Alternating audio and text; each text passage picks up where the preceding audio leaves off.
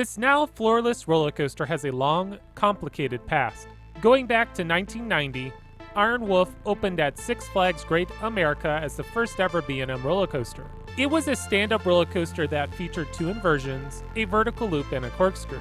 Fast forward to the year 2012, Iron Wolf was shipped to Six Flags America and opened as Apocalypse. Now, here in 2019, Six Flags decided to convert this stand-up roller coaster into a floorless coaster and rename it Firebird. Just within the past few years, B&M has taken some of their less popular stand-up roller coasters and converting them into floorless roller coasters in an attempt to make them a more enjoyable experience. Well, I have ridden this roller coaster a couple times now, and I think I'm ready to provide my complete, honest opinion on this rebranded roller coaster. Presentation. Apparently, you can polish a turd, as this ride has been repainted a cool-looking red and orange color, sporting black supports. The train looks pretty nice as well, with a mix of yellow, orange, and red and black. Most of the theming that was in this area for Apocalypse has been removed, with just a couple things left behind. Nothing much has been done with the station other than swapping out the ride name and giving it a new paint job. Firebird features a fire effect near the corkscrew. I'm not sure if this was something that's new to Firebird or was already there during Apocalypse. It's a nice feature, though that's not surprising since Six Flags loves adding fire effects to the roller coasters. Beyond the paint job and new sign, Firebird has absolutely no greenery in the area.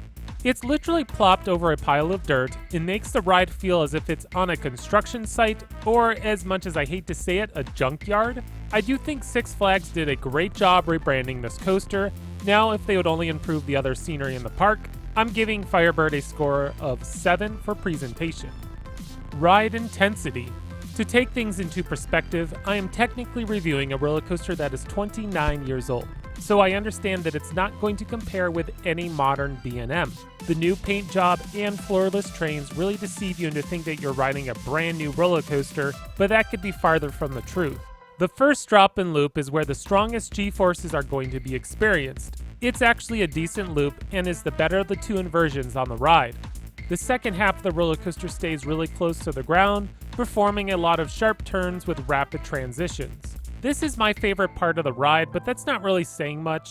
Firebird isn't a good ride, and it's not really that intense. The 2 inversions are the only moment of note, but unfortunately they're both plagued with horrible transitions and headbanging. Overall, this is the weakest B&M roller coaster that I've ever ridden, earning itself 6 points for ride intensity. Fun factor. Six Flags was really hoping that converting this stand-up coaster into a floorless coaster would really improve the ride. Now, I haven't experienced this coaster as a stand-up roller coaster, but judging on how the ride handles now, I'm sure it couldn't have been much better. In my opinion, the only enjoyment I got out of this roller coaster is with the floorless factor. If you ride in the front row, you'll have the best view, thus making you feel like you're running on top of the track. I did catch myself laughing out loud during a few moments on the ride, but that was me laughing at how bad this roller coaster is. I'm sorry, but Firebird isn't a good ride.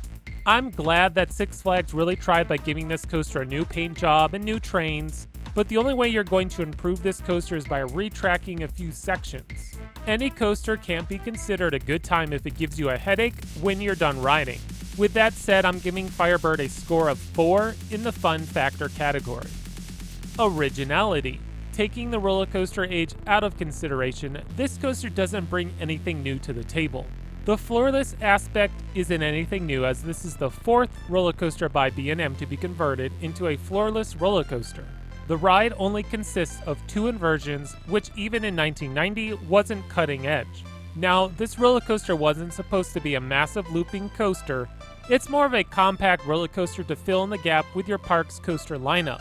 This might be a controversial statement, but honestly I believe that Firebird, or Iron Wolf, when it was built in 1990, was one of the smoother roller coasters on the market. Unfortunately, this coaster hasn't held up over its 29 years of operation. Six Flags might be able to keep this roller coaster functioning for a few more years with a floorless train conversion, but they're only delaying the inevitable that this roller coaster will one day approach the end of its operational life. I'm giving Firebird a score of 5 for originality. Ride smoothness. As you are viewing Firebird from the ground, you might be tricked into thinking that this roller coaster is going to be buttery smooth like other B&Ms. Unfortunately, that can only be farthest from the truth. I'd argue that Firebird is the roughest B&M roller coaster that I've ever ridden. The ride has some janky transitions, most notably around the two inversions, that really deliver some unpleasant experiences. At the bottom of the first drop, right before the loop, the track looks like it's not properly aligned, thus banging you side to side. Firebird is a head-banging experience. Even during some moments when you think the ride wouldn't be rough, you can feel some bumps as you cruise right along. After the corkscrew, I thought the ride was considerably smoother, but that's not saying much. Honestly, I think Firebird is more rough than Roar, but that just might be because Roar doesn't headbang you, just bounces you around. Firebird gets a score of 5 for ride smoothness. Okay, the final score comes to 5.4, which is a mediocre score. There's really no good way to put it. Firebird is not a good ride. All they did was add some nice paint, give it new trains, and rename this aging roller coaster. Unfortunately, Six Flags America is really lacking in the coaster department, so I can see why they wouldn't just tear this thing down. Honestly, as long as it continues to be a reliable coaster, I don't see this roller coaster going anywhere anytime soon. We might see this only operate with one train in the near future, because I think after its first year of operation, the ride popularity will start to decline. My last visit to the park, this roller coaster had some of the worst operations that I've ever experienced, with over 6-minute dispatches. I have only ridden this roller coaster twice, and I don't plan on riding it again anytime soon.